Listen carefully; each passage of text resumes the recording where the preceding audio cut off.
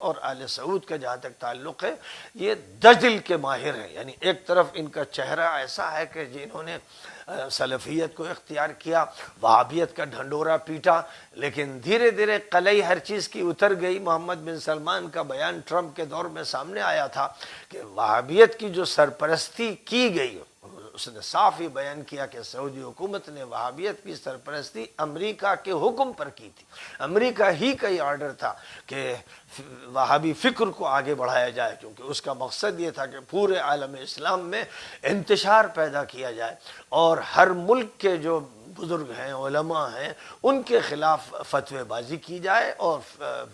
فرقہ واریت کا ایک ہنگامہ کھڑا کیا جائے، جو اس حکومت نے اپنے ابتدائی دور میں کیا کہ جن کو پڑھا کے فارغ کیا اور مختلف ملکوں میں بھیجا، ان کو یہی کام سونپا گیا کہ وہاں وہ پہنچ کر جو ملت اسلامیہ ہے اس میں دراڑیں ڈال دیں، رخنے پیدا کر دیں، فتنے کھڑے کر دیں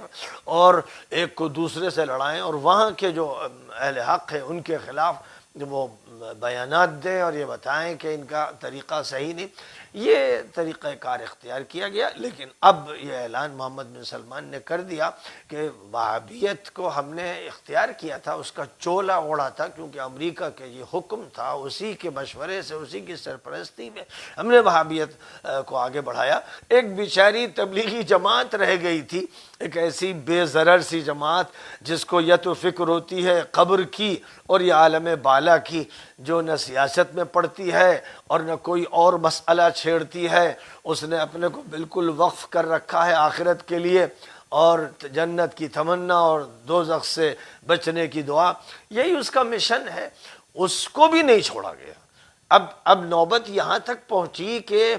اسلام کی تعلیم نہ ہو سکے، تبلیغ نہ ہو سکے، دعوت کا کام نہ ہو سکے، جو مسجد سے باہر ہیں رقص و سرود کی محفلوں میں اور بدماشیوں میں اور جرائم میں، انہیں مسجد نہ لایا جا سکے۔ اس کے لیے تبلیغی جماعت پر نہ صرف پابندی لگائی گئی، پابندی 1980 میں لگا دی گئی تھی، میں اس وقت وہاں موجود تھا اور میرے سامنے ہی یہ واقعہ ہوا کہ اسلامی تنظیموں پر پابندی لگائی گئی تھی۔ جب مہدی کا ظہور ہوا تھا، وہ مہدی بھی سلفی تھا، سلفیوں میں سے ایک مہدی ظاہر ہوا تھا، اور یہ 1400 کی بات ہے اور 1980 کی بات ہے، اور مجھے اس کے تمام واقعات معلوم ہیں اور میں نے تفصیل کے ساتھ روز بروز کی خبروں کو نوٹ کیا ہے۔ تو اس کے ظہور کے بعد تمام اسلامی جماعتوں پر، تمام تنظیموں پر پابندی لگا دی گئی تھی، لیکن اس وقت صرف پابندی ایسی تھی کہ گویا ایک سیاسی فیصلہ ہے، لیکن اب یہ فیصلہ چونکہ سینچری ڈیل کی روشنی میں ہو رہا ہے، جو صفقۃ القرن ہے، جو صدی کا معاہدہ ہوا ہے اسرائیل کے ساتھ، جس معاہدے کی اب مختلف شکلیں سامنے آتی چلی جا رہی ہیں، اور اسرائیل کا ایک بڑا وفد جس میں ان کے خاخام یعنی ان کے بڑے شیخ المشائخ